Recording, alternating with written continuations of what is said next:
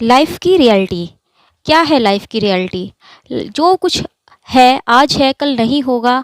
हम लोग जो कि आज यंग हैं कल ओल्ड हो जाएंगे। जो काम आज हम कर सकते हैं हमें लगता है कि हम सब कुछ कर सकते हैं, लेकिन जैसे जैसे दिन बीतते जाएंगे हमारी एज बढ़ती जाएगी, हम जो है दूसरों पर डिपेंड हो जाएंगे, हम कुछ भी नहीं कर पाएंगे। यही जीवन की रियलिटी है।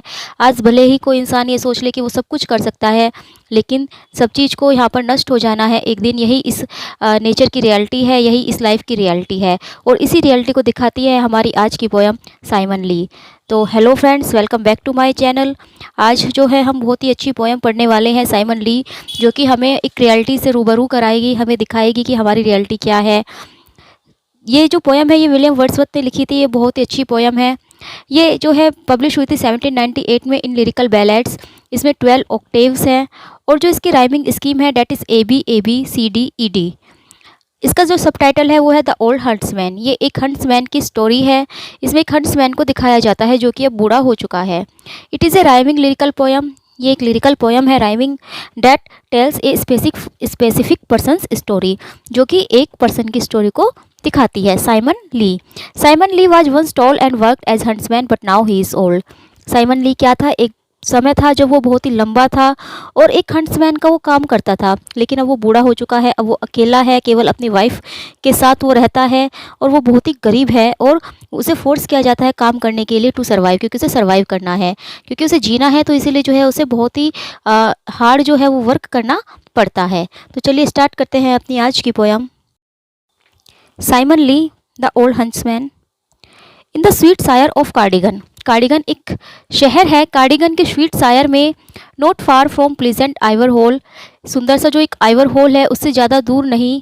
एंड ओल्ड मैन ड्वेल्स, एक बूढ़ा व्यक्ति रहता है। ए लिटिल मैन, एक छोटा व्यक्ति। I have heard he once was tall. हालांकि मैंने सुना है कि एक बार वो बहुत ही लंबा था, यानी कि कभी जब वह यंग था तो वह बहुत ही लंबा था, लेकिन अब वह छोटा हो गया है क्योंकि वो झुक गया है, बुढ़ापे ने उसे झुका दिया है। Of years he has upon his back, क्योंकि जैसे जैसे दिन बीतते गए हैं वो अपनी पीठ जो है उसकी झुक गई है। नो डाउट ए बर्तन वेटली ही सेज ही इज़ 3 और 10 but other says he is 80। No doubt, इसमें कोई संदेह नहीं है कि उसने बहुत जो है हार्डवर्क अपनी लाइफ में किया है, उसने बहुत बोझ उठाया है, तो इसीलिए जो है उसकी पीठ भी, उसकी कमर भी झुक गई है। हालांकि वो जो था पहले बहुत ही लंबा था। ही सेज ही इज़ 3 और 10, वो कहता है कि वो 70 साल का है। जो ये 3 और 10 है ये 70 ईयर्स है। एक फ्राज है, 3 का मतलब होता है 60 एंड 10 यानी कि +10 70। वो कहता है कि वो 70 ईयर्स का है। But others says he is 80, किंतु कुछ दूसरे लोग हैं जो कहते हैं कि वो 80 साल का है। A long blue livery coat has he, उसके पास एक लंबा नीले कलर का लाइवरी कोट है। लाइवरी कोट जो होता है कोई पोशाक टाइप जो होता है, यानी कि जो सर्वेंट्स पहनते हैं, जो रॉयल सर्वेंट्स होते हैं वो पहनते हैं। तो उसके पास जो है एक लंबा नीले कलर का लाइवरी कोट है। That is fair behind and fair before, जो कि आगे से भी और पीछे से भी बहुत ही सुंदर, बहुत ही साफ दिखाई देता है। यट, लेकिन फिर भी meet him where you will, जब तुम उससे मिलोगे, यू सी, तुम देखोगे एट वंस कि डेट ही इज़ पुअर, तो तुम एकदम से देखो जाओ, तुम्हें एकदम से पता चल जाएगा कि वो तो बहुत ही गरीब है। यानी कि उसके पास एक लाइवरी कोट है नीले रंग का, लेकिन जब तुम उससे मिलोगे और उसे देखोगे तो तुम्हें तुरंत ही पता चल जाएगा कि वो तो बहुत गरीब है। Full 5 and 20 years he lived a running huntsman merry. Full 5 and 20 years यानी कि 25 सालों से वह रहता है, यहाँ रहता है ए रनिंग हंट्समैन मैरी। और कभी जो है वह बहुत ही ज़्यादा रनिंग यानी कि दौड़ने वाला, बहुत ही मेहनत करने वाला हंट्समैन, शिकारी हुआ करता था। एंड दो he has but one I left, लेकिन अब क्या है, अब केवल उसकी एक ही आँख बची है। His cheek is like a cherry, और उसके जो गाल है वो चेरी की तरह लाल हो गए हैं। यानी कि अब जो है वो बूढ़ा हो गया है, अब केवल उसकी एक ही आँख बची है। एक आँख जो है उसकी चली गई है, उसे दिखाई नहीं देता, और उसके जो गाल है वो चेरी की तरह लाल है। No man like him the horn could sound and no man was so full of glee. कोई भी व्यक्ति उसकी तरह हॉर्न नहीं बजा सकता था जिस तरह से वो हॉर्न बजाता था।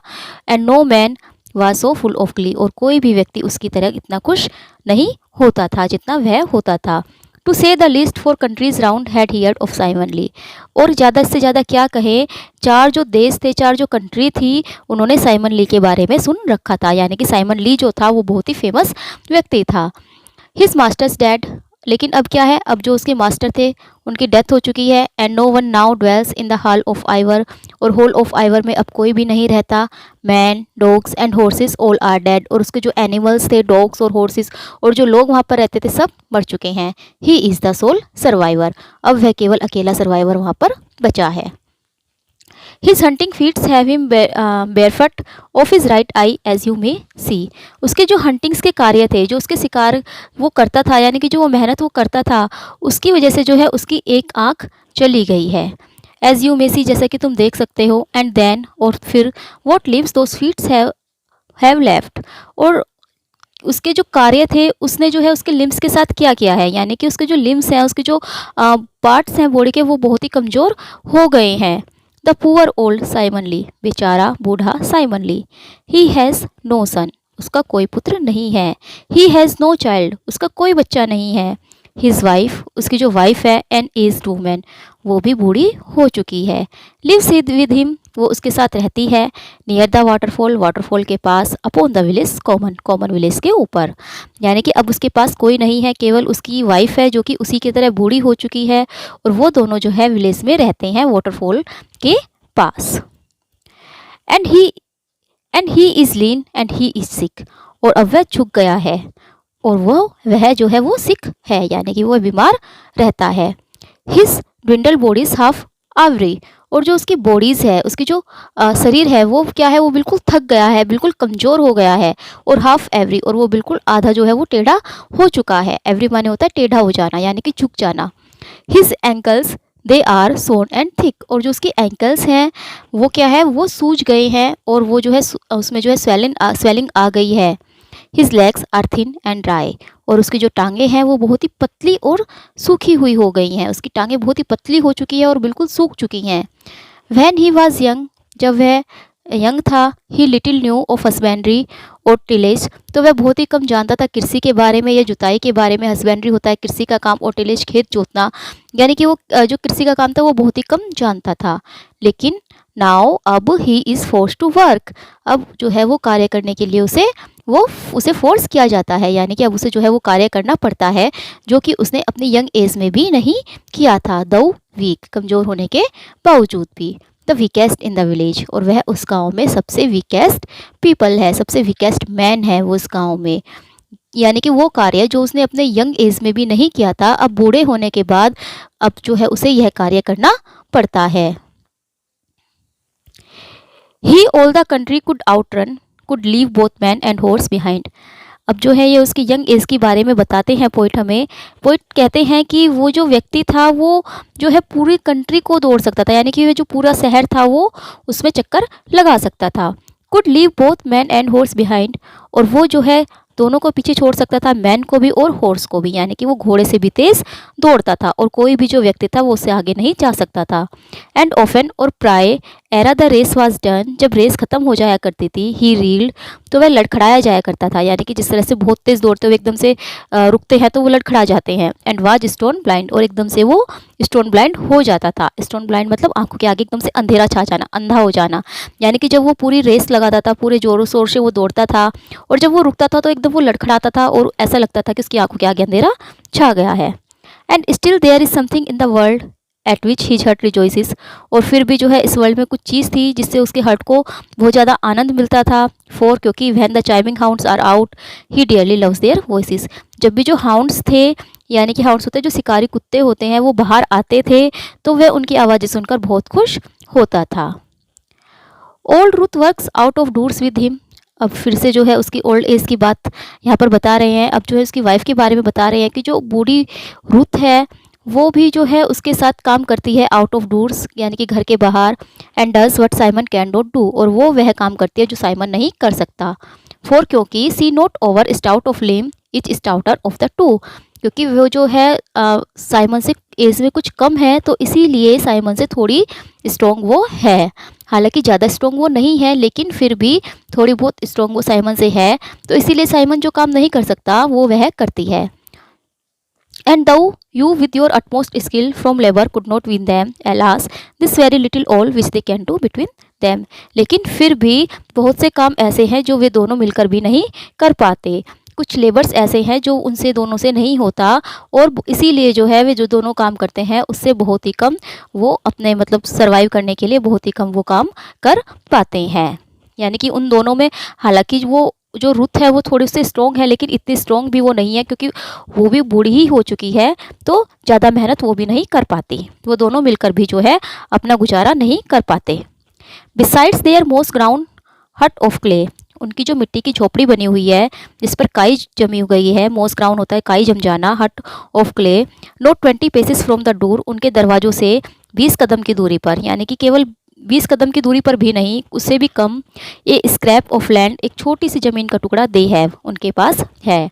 यानी कि उनकी जो झोपड़ी, मिट्टी की जो उनकी झोपड़ी बनी हुई है काई से जमी हुई, उससे कुछ एक दूरी पर ही, केवल 20 कदम की दूरी पर या उससे भी कम, उनके पास एक छोटा सा ज़मीन का टुकड़ा है। But they are poorest to the poor, sorry but they are poorest of the poor, किंतु वे बहुत ज़्यादा गरीब है, वे गरीबों में भी सबसे ज़्यादा गरीब है। क्यों? क्योंकि this scrap of land he from the Heath enclosed when he was stronger, उसे ये ज़मीन का टुकड़ा जब मिला था जबकि वह स्ट्रॉन्ग था, उस वक्त जो है उसे ये ज़मीन का टुकड़ा मिला था।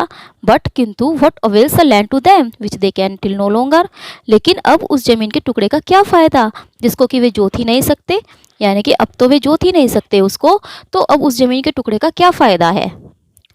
Few months of life has he in store, उसके जीवन के केवल कुछ ही महीने बचे हैं, as he to you will tell, जैसा कि वह तुमसे बताएगा, यानी कि अगर तुम उससे मिलोगे तो वो बताएगा कि मेरे जीवन के कुछ ही महीने शेष हैं। For still the more he works, क्योंकि अब भी जब वह ज़्यादा काम करता है, the more his poor old ankles swell, तो उसकी जो बूढ़ी एंकल, जो उसकी जो एंकल्स है जो कि बूढ़ी हो चुकी हैं वो सूज जाती हैं। माई जेंटल लीडर, अब जो है विलियम वर्ड्सवर्थ हमसे इंटरेक्ट कर रहे हैं, वो अपने रीडर से कह रहे हैं कि माई जेंटल लीडर आई परसीव, मैं विश्वास करता हूँ या मुझे ऐसा लगता है, how patiently you have waited, कि तुमने कितने धैर्य से इंतज़ार किया है, यानी कि तुमने बहुत ही धैर्य से इस स्टोरी को सुना है। एंड आई एम अफ्रेड, और मुझे डर है, डैट की यू एक्सपेक्ट, आप एक्सपेक्ट कर रहे होंगे, सम टेल विल बी रिलेटेड, कि इससे कोई टेल निकल कर आएगी, यानी कि कोई कहानी जो है मैं इससे रिलेट करके बताऊँगा, मैं आपको कोई कहानी और सुनाऊँगा इससे रिलेट करके। O reader, had you in your mind such stories as silent thought can bring, अब वो फिर से अपने रीडर से कहते हैं कि क्या तुम्हारे दिमाग में ऐसा चल रहा है, such stories as silent thought can bring, जो थॉट्स हैं, जो हमारे विचार है, साइलेंट थॉट्स हैं जो हमारी, वो जो है कुछ ऐसी स्टोरीज ला सकते हैं। O gentle leader, you would find a tale in everything, तुम जो हो हर चीज़ में कोई ना कोई कहानी ढूंढ सकते हो, यानी कि तुम्हारे भी माइंड में कोई ना कोई ऐसी स्टोरी आ रही होगी और तुम भी जो है हर चीज़ में कोई ना कोई टेल ढूंढ सकते हो। What more I have to say is short, लेकिन जो मुझे तुमसे कहना है, जो मैं तुमसे कहना चाहता हूँ, मैं केवल शॉर्ट में कहता हूँ।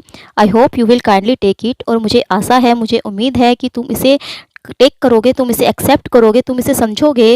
इट इज़ नो टेल, कि यह कोई स्टोरी नहीं है, but should you think perhaps a tale you will make it, लेकिन अगर तुम ऐसा सोचते हो कि ये स्टोरी है तो तुम इसे ऐसा समझ लो, लेकिन ये एक स्टोरी नहीं है। क्यों नहीं है ये story? Because that is a reality, ये एक इंसान की लाइफ की रियलिटी है। अब जो है वो फिर से अपनी स्टोरी पर आते हैं, तो फिर वो बताते हैं कि वन समर डे, एक गर्मी का दिन था, I chanced to see this old man doing all he could, मुझे चांस मिला उस व्यक्ति को देखने का। डूइंग ऑल ही कुड, और वो जो व्यक्ति था वो क्या कर रहा था, जो कुछ वह कर सकता था, यानी कि वह कार्य ही कर रहा था। About the root of an old tree a stump of rotten wood, और वो क्या कर रहा था, वो एक बड़े पेड़ की जो है जड़ों को वो तोड़ने की कोशिश कर रहा था।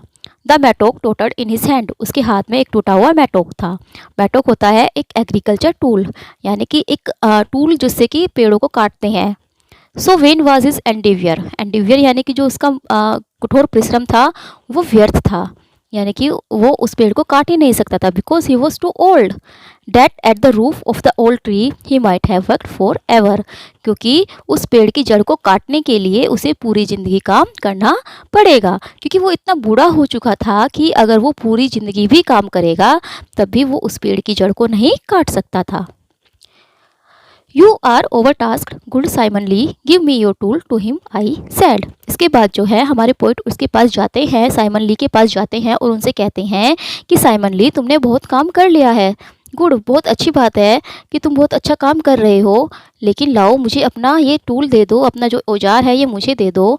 And at the word right gladly he received my proffered aid, और उसने जो है बहुत ही खुशी से मेरी सहायता को एक्सेप्ट कर लिया और मुझे जो है अपना टूल उसने दे दिया। आई स्ट्रक, मैंने जो है स्ट्रक किया, and with a single blow, और केवल एक ही वार से, the tangle root I severed, मैंने जो है उस जड़ को टैंगल कर दिया, यानी कि मैंने उस जड़ को हटा दिया, मैंने उस जड़ को काट दिया।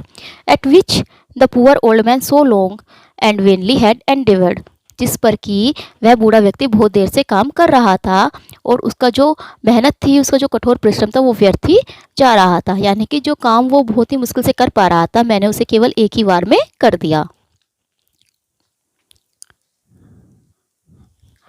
अभी लास्ट पैरा है इस पोयम का। The tears into his eyes were brought, उसकी आंखों में आंसू आ गए, यानी कि साइमन ली ने जब देखा तो साइमन ली की आंखों में आंसू आ गए।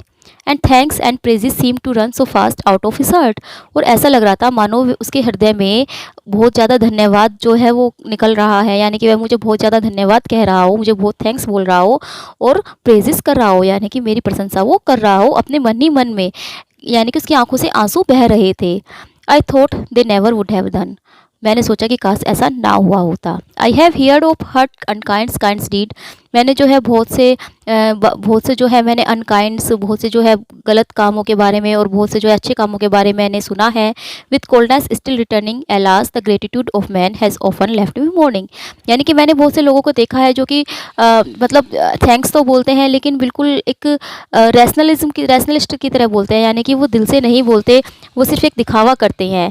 लेकिन ये जो मैन था, इसका जो ग्रेटिट्यूड था, इसने जो है मुझे दुखी करके छोड़ दिया, यानी कि जब उसकी आंखों से आंसू आए तो मैं भी जो हूँ अंदर से हिल गया, उसे देखकर मुझे भी दुख हुआ, क्योंकि उसका जो ग्रेटिट्यूड था वो सच्चा था। उसने भले ही मुंह से कुछ वर्ड ना कहे हों, लेकिन उसके दिल में जो दिल में उसकी फीलिंग्स थी वो साफ साफ मुझे दिखाई दे रही थी। तो यहाँ पर जो है ये पोएम फिनिश होती है।